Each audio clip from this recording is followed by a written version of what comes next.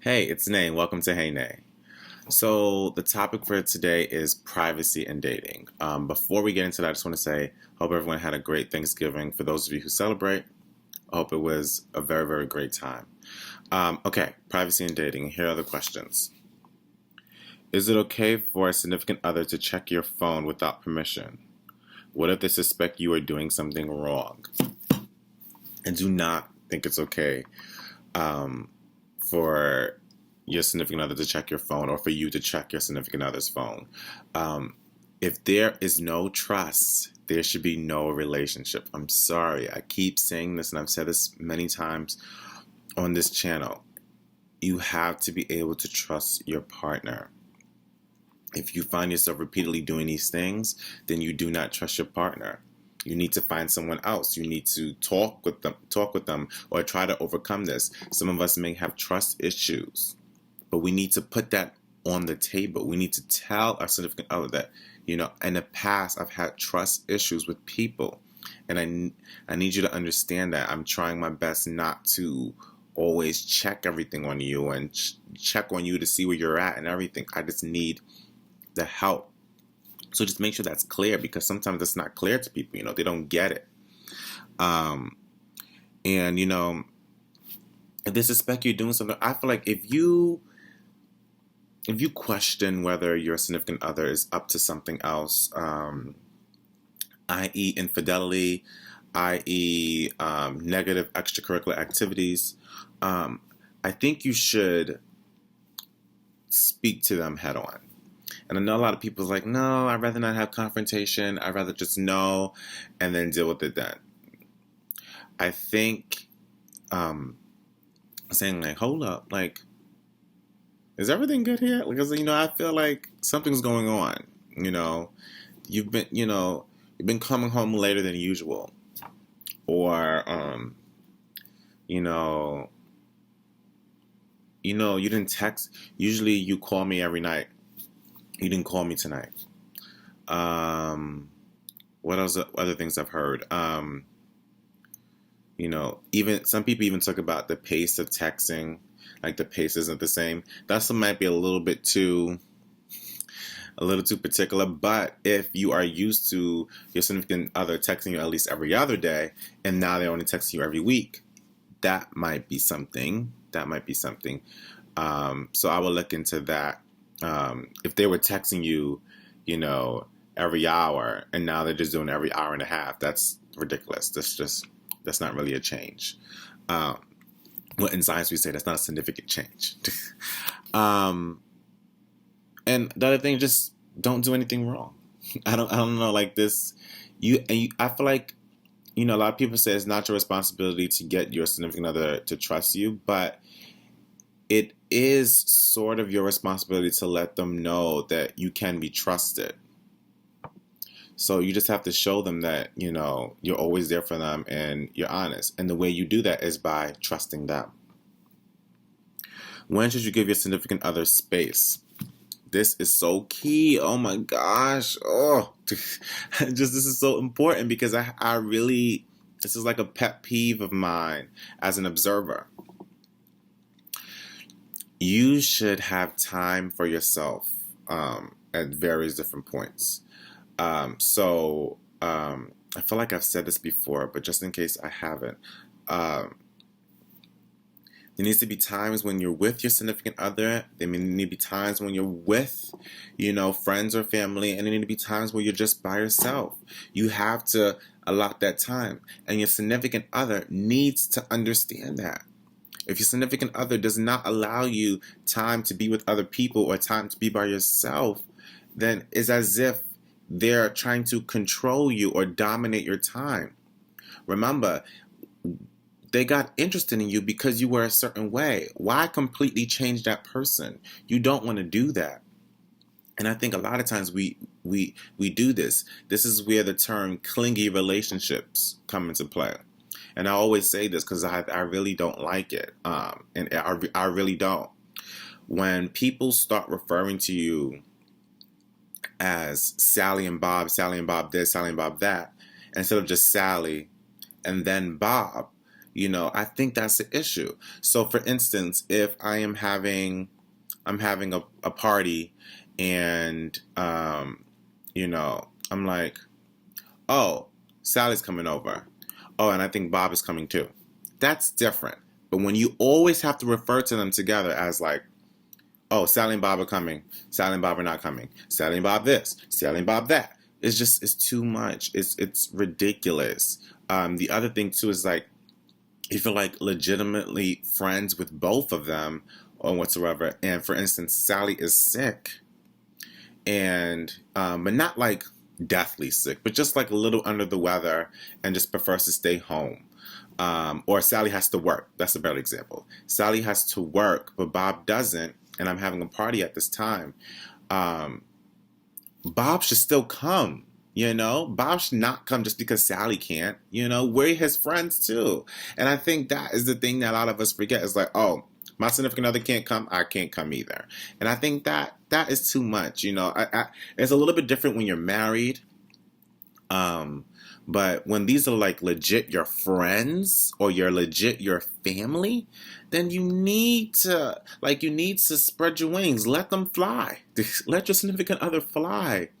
You don't want to be solely around just one person all day, all the time, because it would drive you crazy. I'm telling you. You need to have that space. And I definitely think that space to yourself is always important.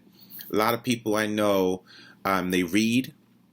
They just need to read by themselves, read in a room by themselves. That's their time to themselves. Going for a walk, that's their time for themselves. Driving, that's their time for themselves. You need to find something that is not controlled by anything else, in which you're able to really, really relax and be free and don't have to worry about anything else right now. You just need that. What they call it, the fortress of solitude, or the man cave, what they say for guys. You just need that time to yourself is really, really important, because it also allows you time to really think and process things, especially when you're dealing with difficult situations and stress. At what point in a relationship do bathroom doors no longer exist? Like when someone is showering or going to the bathroom, when is it okay to just walk in without knocking? Okay, I don't think it's ever okay. um, I think it's okay if you're showering to come in there and brush your teeth, or to join in the shower, or just to get something really quick out the bathroom. I think that's okay. To use the bathroom while someone else is already in the bathroom, or to use the bathroom while having that door open, I don't think that's ever okay. There's certain things that I believe, see, that's another moment of just, you need to be by yourself. You need to have that moment by yourself. You don't need to be watched and viewed and on display or disturbed or interrupted. Like, that's your business. Whether you're doing number one, number two, whatever, you just need to do your own stuff by yourself. You don't need assistance. You don't need someone to pass you the tissue. You can do it all yourself, okay? I think that's too much. I think we're going too far in that.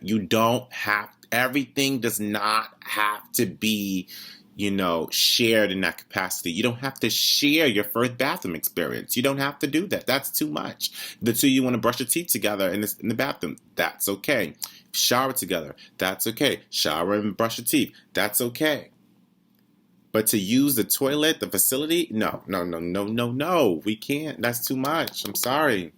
I have to just say no. I'm not even going to talk about it any further because I'm getting grossed out. So that is just the end of that. Oh my gosh, that was, oh my gosh, I can't even it's just stuck in my mind and it's just disgusting, but I'm sorry about that. Okay, the next thing, is it okay if your significant other has secrets? And shouldn't they disclose everything? And I want to say this, you and your significant other should definitely be honest with each other. Whoever this person may be or potentially may be, you have to be honest with each other. But secrets are something that we cannot necessarily control. That might be with your partner as well as within yourself. And you have to sort of accept that you just may not know every single detail of your significant other. You just have to accept that. But I like it. I like to accept that because there's a little bit of an unknown there. There's still the mystery. There's still the lore. Like, there's still something more to discover. And I like that. But I also prefer for someone to tell me something when they're ready. And not necessarily me having to force it out of them and, sort of lose the power of whatever it is they may be holding. Like, it should come naturally. Someone should be willing to tell you on their own. But I mean, there are definitely major things that should be disclosed out in the front. But there's some other things that I know that people are just not ready yet, or they have to wait till they get to another level. I know some people say, like, what do you call it? It's like the night before the wedding or the day before the wedding. Sometimes, engaged partners will disclose things to each other just to release it out. Or they do it the day after getting engaged. They disclose things to each other just to make sure that the other person is okay with things. And I think that's okay. I think sort of doing it because, like, now it's like, wow, we really are serious. We are very, very serious now. And I think I'm ready to tell you this because you're going to be a part of my family. You need to know this, or you're going to be heavily a part of my life now. You're a part of my future for sure. And I want to tell you this.